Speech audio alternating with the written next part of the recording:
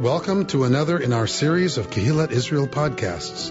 This is a recording of Rabbi Amy Bernstein's weekly Friday morning Torah study.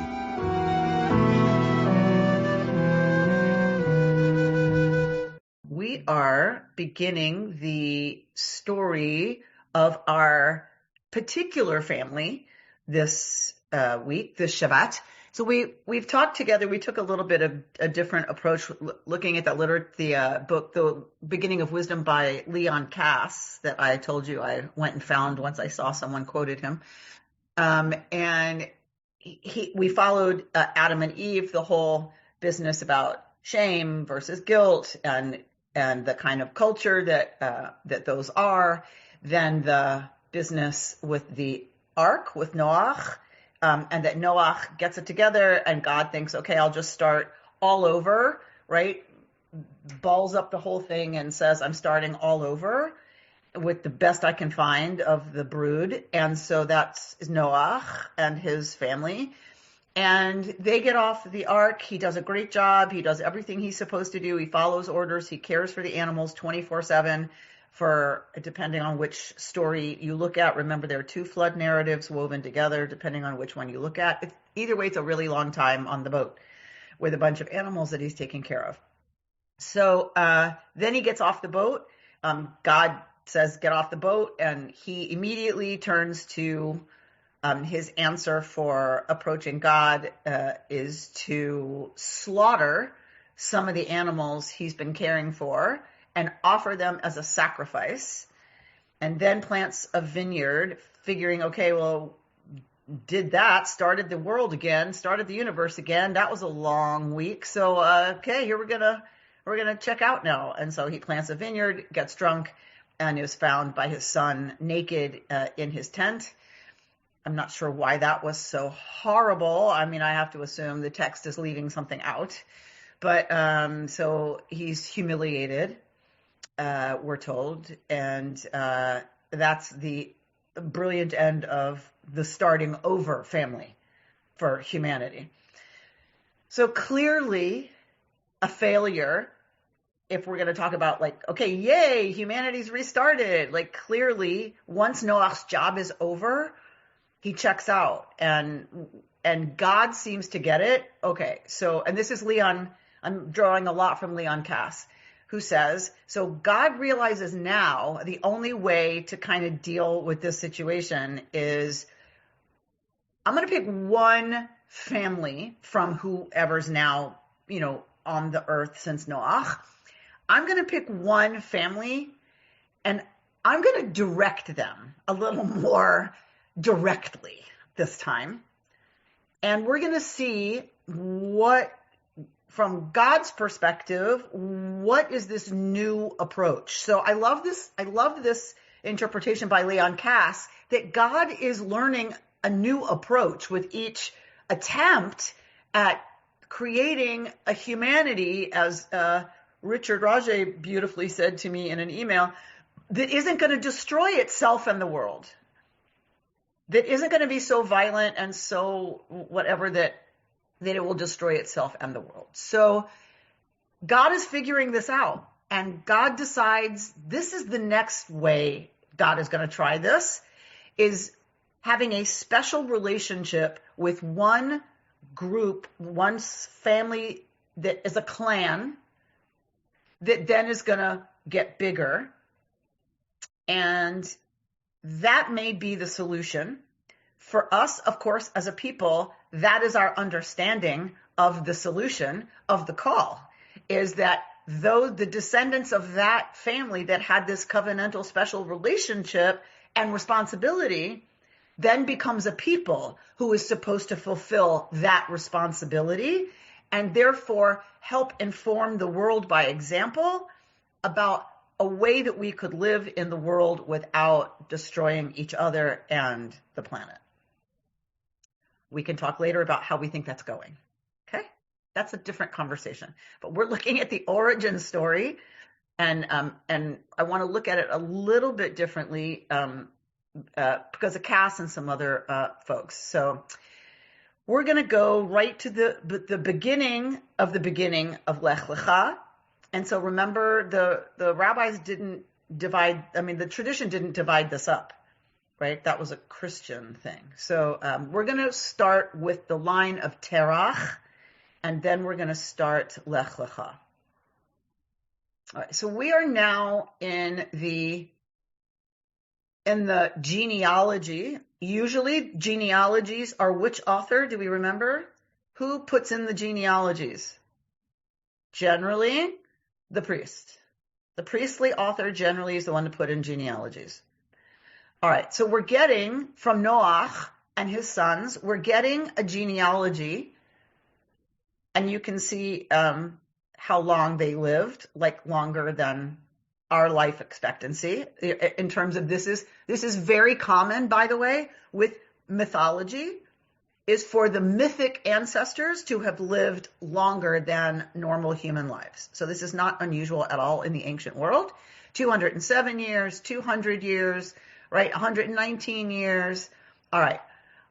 Vayechi Terach shivim shana, and when Terach had lived 70 years, vayoled et Avraham, he begot Avraham, Nachor, and Haran. All right, so Terach is the father of Avram, Nachor, and Haran.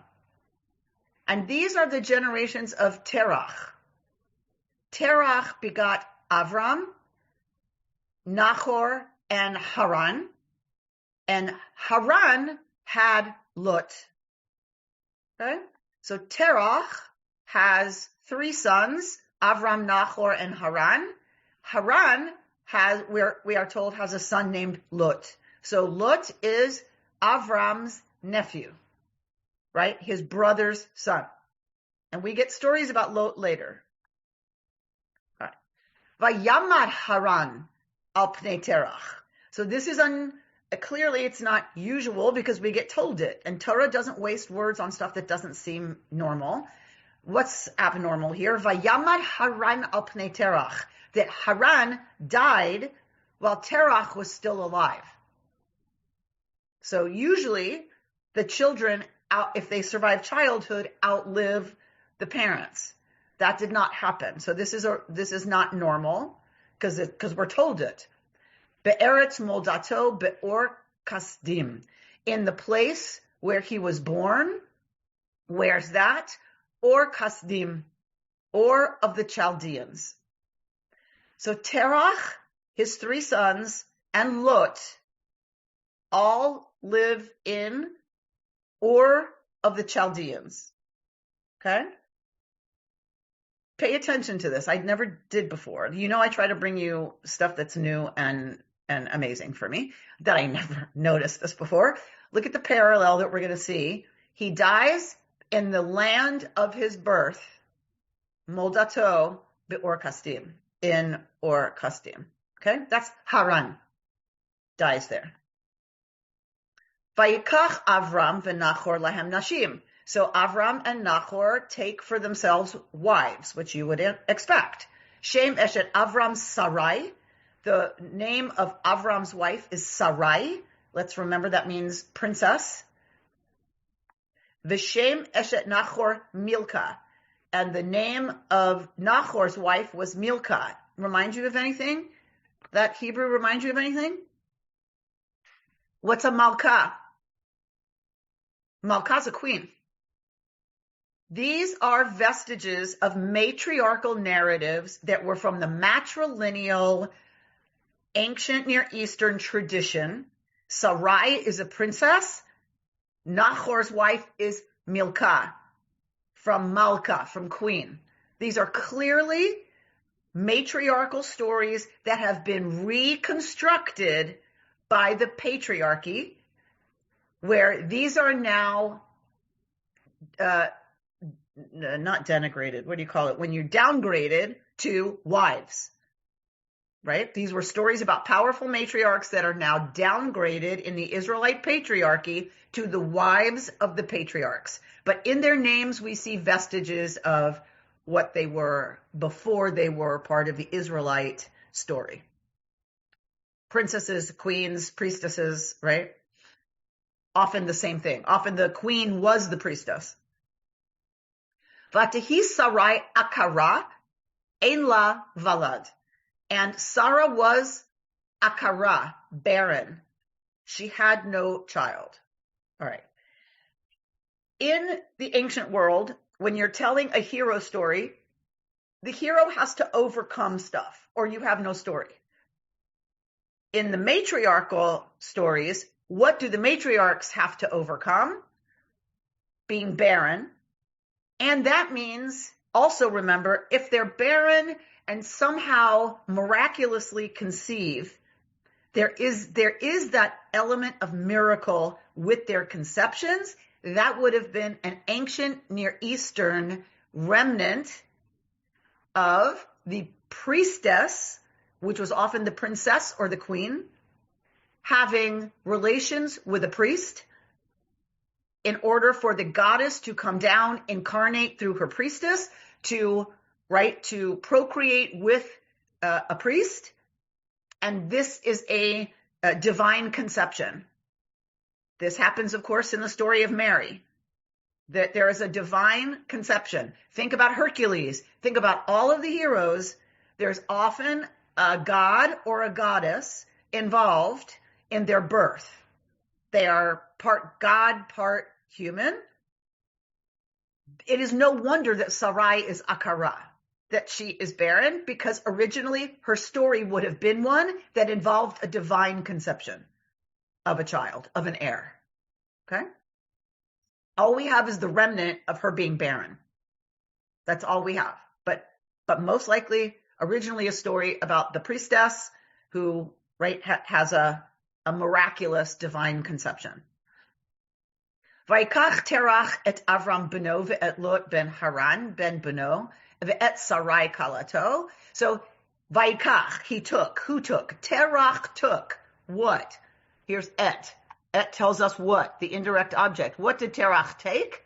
Avraham, his son, and Lot, the son of Haran, who's Ded, and Sarai, his daughter-in-law, the wife of Avram, his son. Vayetzu itam me'or kasdim lalechet artza Kna'an. He took them, and what happened? He went out. Vayetzu itam, and he went out with them from Or Kasdim to go lalechet, to go artza Kna'an, towards the land of Canaan. Vayavo'u ad Haran, vayeshvu sham. We normally skip right over this. It's at the end of the parsha right before this. We never talk about this. We never read this. So we are now. We're going to pay attention. Why? Why am I pointing this out? Why is Cass pointing this out? Why are my commentators this week that I'm bringing you pointing this out? We have Terach taking his family, yetsuing, tsa'ing, going, lalechet. What parsha are we coming up on? We're coming up on Lech Lecha. All right. So, where are they leaving from? We got told Eretz Moldato, the land of his birth. Lalechet, to go towards Canaan. And they stop in Haran and settle there. And the days of Terach came to 205 years, and Terach died in Haran. Why did they stop in Haran? They're going to Canaan. They're going to Canaan. Why did they settle in Haran? We don't know. We don't know. Torah never tells us. But we skip right over the fact that Avram is where he is in Haran because his father set out lalechet to Canaan. So, leaving his birthplace, lalechet, to go to Canaan. Where's Abraham going to end up? Canaan. So, all right, so hang on to that for a sec. You see where I'm going, but just hang on. All right, so what happens now is, we all know what happens now because we always talk about it. We always read it. And God, Yud-Heh-Vav-Heh, says to Avram. So now God's a part of the story, right? So we've just gotten lineages and actions till now. Now Yud-Heh-Vav-Heh makes an appearance and speaks to Avram and says to Avram, Lech Lecha me'artzecha u'mimoldatecha u'mibeit avicha el ha'aretz asher ar'eka. Leave, Lech Lecha. Terach, his father, was leching. So God says to Avram, Lech Lecha, get about leching to where I will show you. Well, we readers know what that is. It's Canaan. Dun, dun, dun, dun. Right? Okay. So this is interesting all of a sudden to me. We've talked about this a gajillion times. Go to you, which makes no grammatical sense. Right? We're going to talk a little bit about it, not a lot, because we've talked about it ad nauseum. So, me'artzecha u'mimoldatecha, we've talked about from your land, from the place of your birth, and from the house of your father to the land that I will show you. We've talked about what it means to leave, what it means to be a refugee, what it means to leave in the ancient world, what it means to be someone who leaves now from the place of your land, the place of your birth, and blah, blah, blah. Okay, but wait a minute.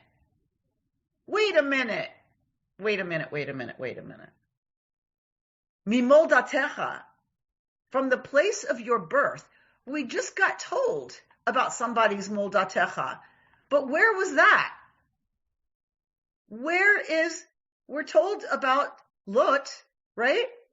That moldato, vayamad Haran, and Haran dies in front of Terah, during the time of Terach, his father, be'eretz moldato, in the land of his birth. So where was Haran's moldato? Or Kasdim. Or of the Chaldees. Or of the Chaldees. Wait a minute, now I'm confused. I hope you are too. Because God says to Avram, leave your land, moldatecha, and the place of your birth. But we just got told that Haran and Avram and Lot and all those folks are born where? Or Kasdim. Okay. So clearly They already left. They already left. He already left the place of his birth. They already left his place of birth. He's in Haran. So what the heck? Okay, so now we see that Torah is definitely drawing a parallel using this word moldato, the place of his birth, but it's a little inaccurate that Torah so hits it on the head, on the nose, because this is not his moldato. Or Kasdim is. Okay, so that's interesting. So, mi beit avicha, from the house of your father, yes, right? Because he's going to leave wherever Terach had settled, Terach's homestead. He's leaving there to the land, Ar'eka, that I will show you, that we, the reader, know is Canaan. Okay. Why not just say that? Let's hold on to that. Ve'escha legoy gadol, and I will make you I will make of you, meaning a great nation. And I will bless you and make your name gadol, huge. And you will be a bracha. Okay? The heck does that mean? And you will be a blessing. What? V'avarcha mevarchecha umekalelcha aor. So I will bless the ones who bless you and curse the ones who curse you. V'nivrechu v'cha kol mishpachot ha'adama. All of the families of the earth, nivrechu v'cha, will be blessed through you. Okay. Now let's go back to God learning a little bit about maybe how to go about this business of humanity, maybe not destroying itself, each other, and everything else with it. Okay, so God says, new plan. I'm going to show you where to go. You're going to become a great nation, and all of the peoples of the earth will be blessed through you. New plan. Okay, we don't usually read it that way, right? We usually read like this is going on while God's plan for everything else is going on. What if this is the new deal, the new idea that God has? I'm going to bless everybody on the planet through directing this one clan that becomes a great nation.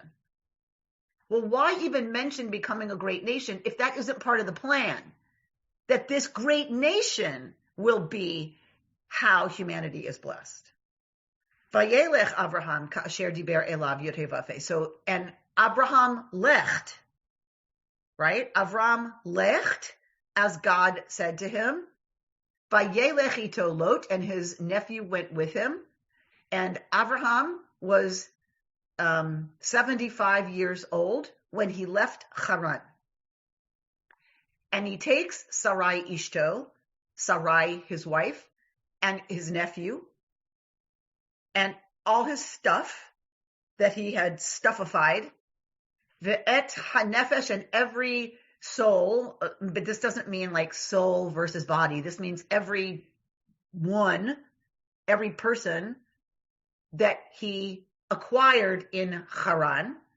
Of course, the rabbis want to say this is every nefesh, this is every soul that he made, meaning every convert that Avram made to monotheism, he takes with him. Yeah, Avram was a missionary. That makes sense to our sages, not the story, but okay, whatever.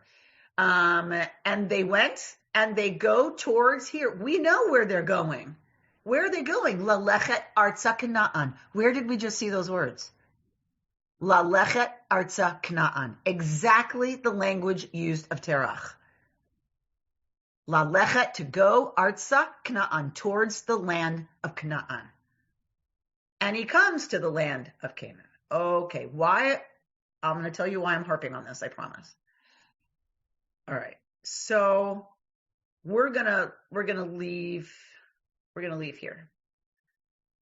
Let's look for a second at a midrash.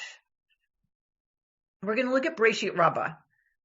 Bereshit Rabbah is an early midrash on Bereshit, on Genesis, one of the earliest. Rabbah is, whether it's Genesis Rabbah or Exodus Rabbah, is one of the earliest midrashim, collections of midrashim around these stories. So very early rabbinic tradition. And this is so familiar to so many of us that most Jews believe, who know this story, that it's in the Torah. Most Jews believe, if they know this story, that it's actually in Genesis because we are so familiar with it. I grew up with this midrash. I would have told you that it was in Genesis because we didn't ever hear this story without hearing this midrash as part of it when we were young, when we were told about Avram. What are we told about Avram as little Jewish kids coming up through the Jewish education system? What is one thing they want to make very clear to us? They wanted to make very clear to us that Terach, Avram's father, was an idol worshiper. Not only was he an idol worshiper, he was an idol dealer, right? So he dealt in idols. And one time, Terach went away and he put Avraham in charge of the store. Okay? So one time when he goes away and Avraham's in charge of the store, a woman comes in carrying a dish of fine flour, meaning it's expensive, and she says to Avram, "Here, offer it before them," meaning to the gods. Avraham arose, took a club in his hand, and broke all the idols and placed the club in the hand of the largest among them. When his father came, when Terach comes home, he said to him, "Who did this to them?" And what does Avram say? He said, "I will not lie to you. a certain woman came carrying a dish of fine flour. She said to me, here, offer it before them. I offered it before them. This big idol over here said, I shall eat first. And another one said, I shall eat first. This huge idol who was standing among them got up, took the club, and broke the rest of them. Terach says to him, what? Are you mocking me now? Are you making fun of me? Are they sentient beings that they could do that? And Abraham says to his father, do your ears not hear what your mouth is saying? What's the point of that story? Terach is an idol dealer. Yes, Bert. That Abraham didn't just leave his house, he left his mindset as well. This is very much how we are taught the story of Avraham Avinu. We are taught he left his birthplace, he left all that stuff, and he left the mindset of avodah zarah, of idolatry, of pagan whatever. Terach was a pagan. Not only was he a pagan, he was like a fancy pagan. He was like dealing in upper high-end pagan Gucci psalim, idols, right? He was a merchant of this stuff. Like, he knew the good idols, right?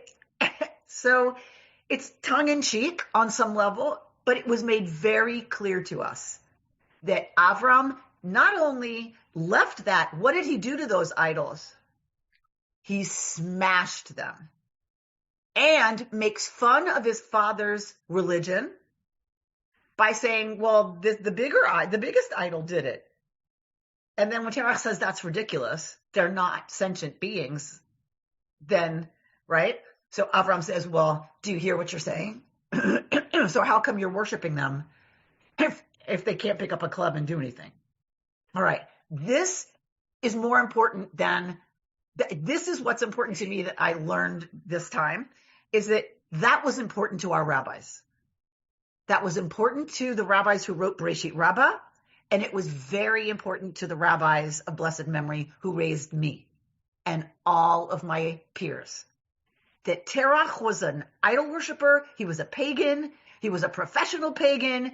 Avraham breaks with that, smashes the idols, and goes out to form a new religion. Okay. What is in Torah? We just read all there is, by the way, to know about Terach in Torah. Are we told anywhere that Terach worshipped idols?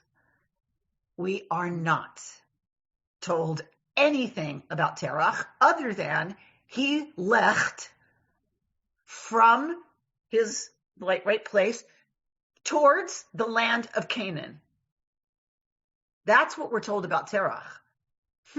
Rachel? Thank you. I can't hold it in anymore. Okay, go. Can we write a midrash where Terach hears the voice? And so he picks up Sarai and Lot, and he lechs. And then he gets as far as Haran, and he loses. It's so hard to leave what's native to us. That journey's so hard that he loses his oomph. And so he settles, not because this is a nice place, but he settles because it's too hard. And so when Terach dies, that's when God has to do the rewrite and say, okay, all right, that didn't work either. All right, here's how we're doing it. Avram, here's what you're going to do. You're going to get up. You're going to go to Canaan. But the reason, I've got to give him a reason. I've got to give him like something to reach for. I've got to give him a North Star. You're going to be a great nation. You're going to be so awesome. I don't know, what is it? The sands of the something, whatever, blah, blah, blah, blah, you know. You know, all that stars stuff. Of the heaven and all. Stars all of the heavens, stuff. The whole stuff, all the stuff. You're going to be all that. Can we write that? Okay. Thank you, Rachel. I swear I didn't pay her. All right. Do you see how different the story might have been originally. We have accepted an Avram who rebels against his idolatrous father, smashes his father's sacred objects, and leaves his father's house. Okay, well, turns out that's not the Torah narrative.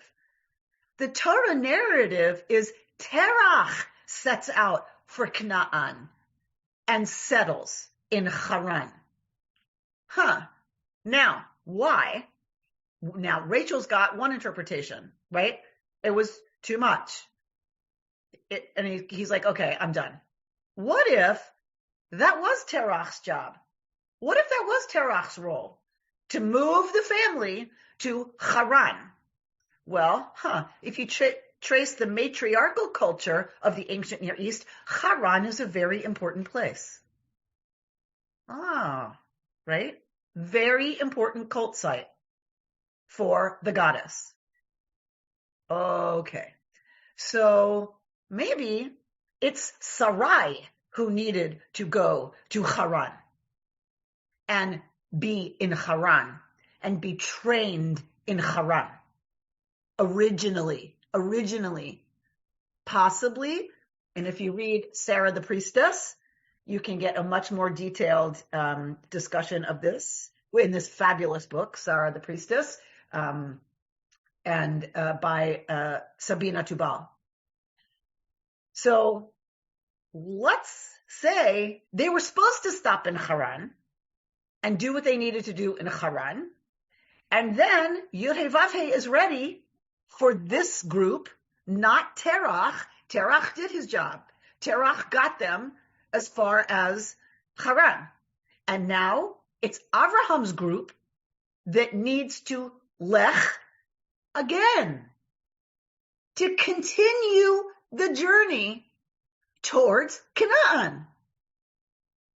And then we'll have the blessing to be the founder of a great nation. So Terach is the ancestor also of this great nation, but now Yud-Heh-Vav-Heh is clear which of his sons, Haran is D-E-D, so it can't be him. So who's gonna be the progenitor from Terach? Avram and Sarai. Sarai, however, were made very aware. Sarai is barren. How is there going to be a great nation if she's barren? It's already setting up divine intervention in her conceiving. Okay. A little bit different way to read the story. Here's Mijal Bitan, who put the idea in my head for this week from her piece called Reclaiming Grandpa Terach. It turns out when we read Genesis without the famous midrash that I just shared with you, we realize it never mentions that Terach worshipped idols. Instead, Terach appears very briefly in passing as a traveler beginning his own journey of displacement toward Canaan, right? And we get the quote from 1131.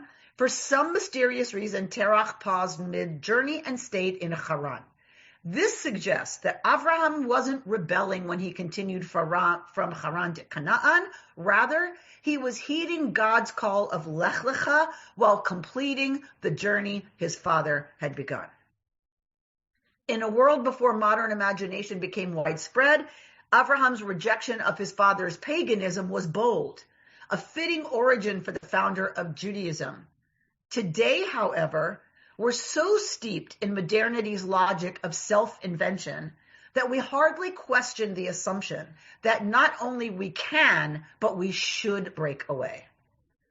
Reclaiming Terach's legacy, then, reveals a new path for spiritual growth.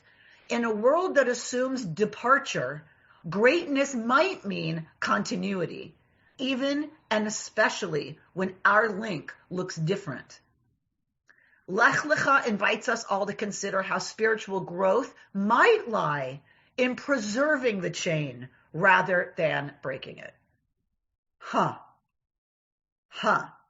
knew that was there? Well, Dr. Mijal Bitan knew. and really feels like we need to reclaim the story the way it's told in Torah. That Avram's big move and big deal wasn't breaking with his father, rebelling against his father, leaving the ways and the tradition of his father, but instead continuing his father's journey in his way, in the way that Yud-Heh-Vav-Heh calls him to do, which may look different, yes, but it doesn't mean it's a different path altogether. Okay. I love that. As someone who's very worried about continuity, right? I'm very concerned about continuity.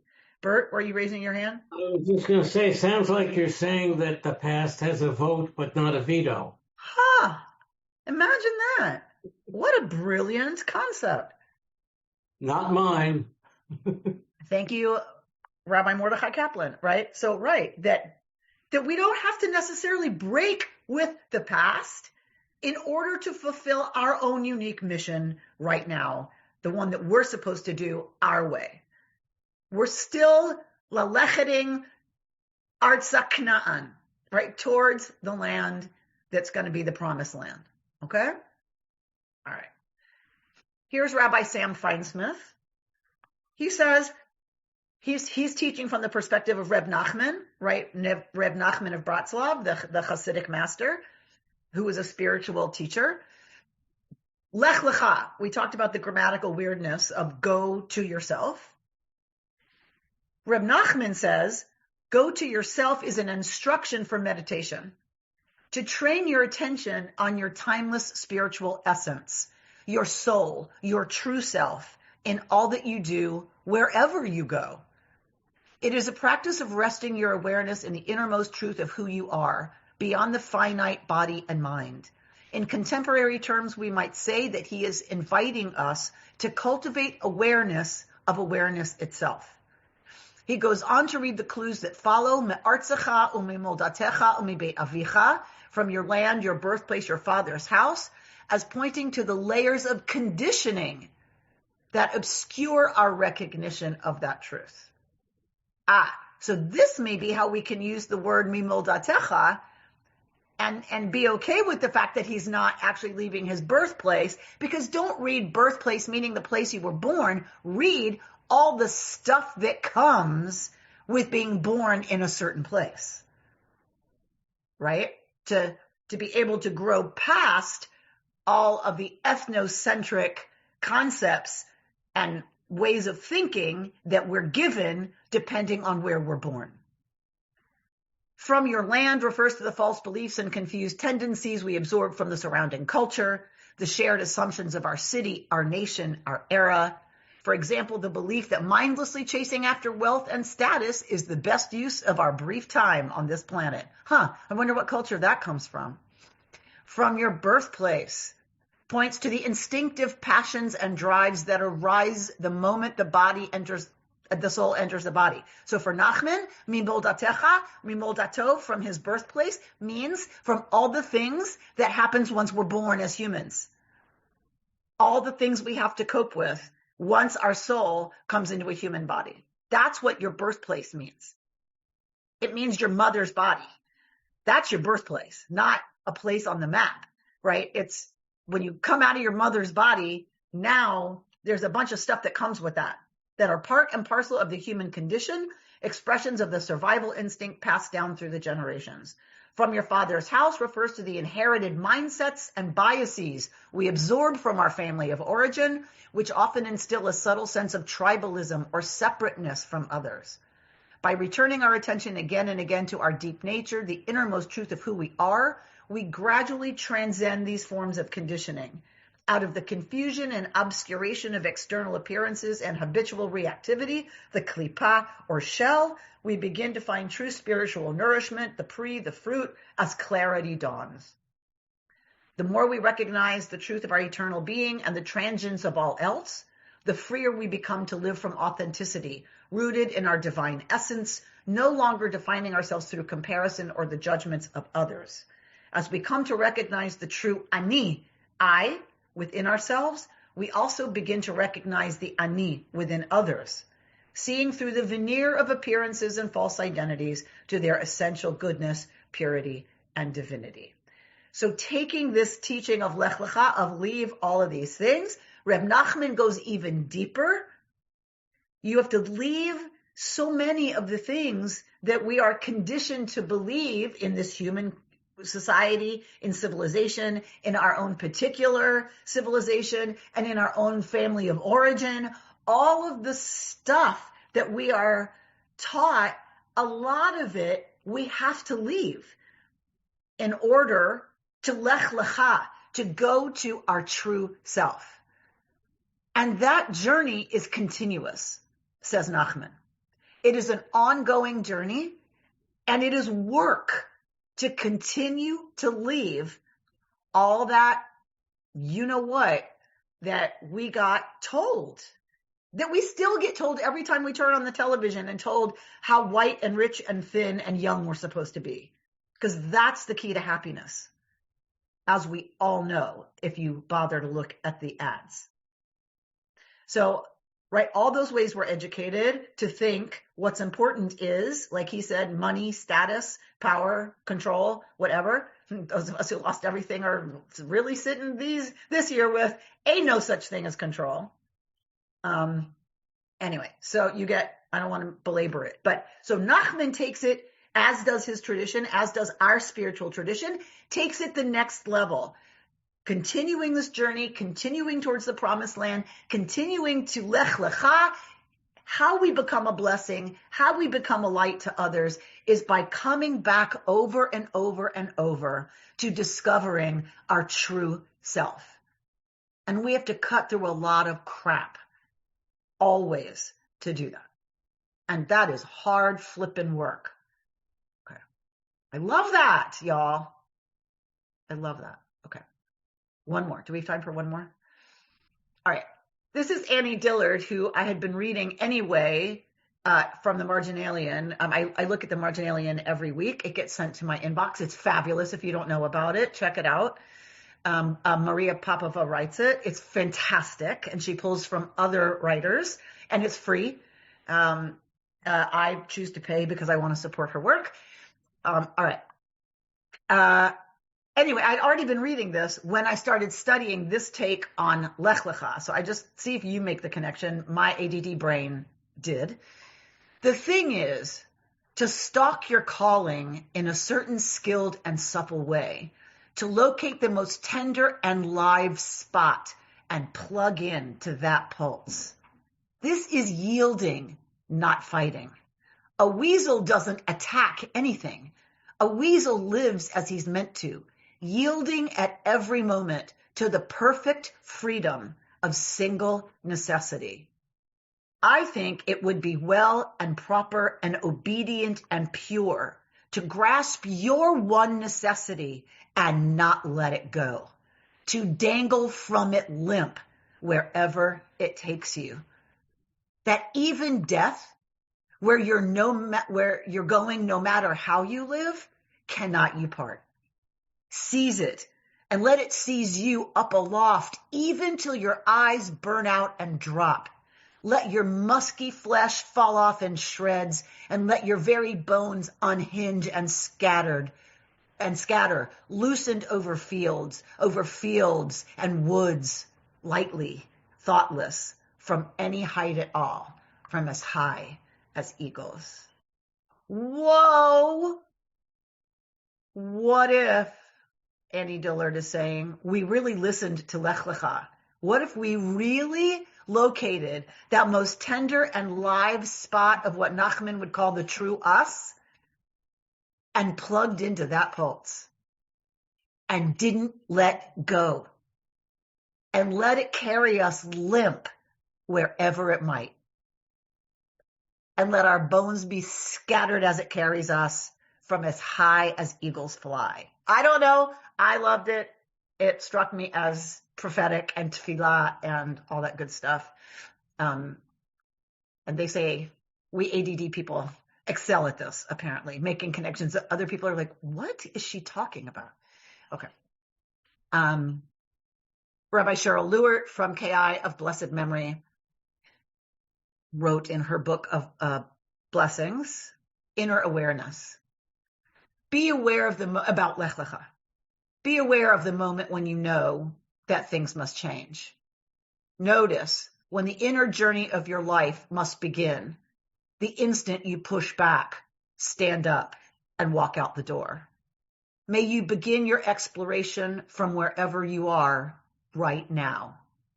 May you journey into yourself until all your dreaming potential becomes realized in ways yet unknown. May you walk with hope and with courage and make your life a blessing. Amen. You've been listening to Rabbi Amy Bernstein's Friday morning Torah study from Kehillat Israel in Pacific Palisades, California.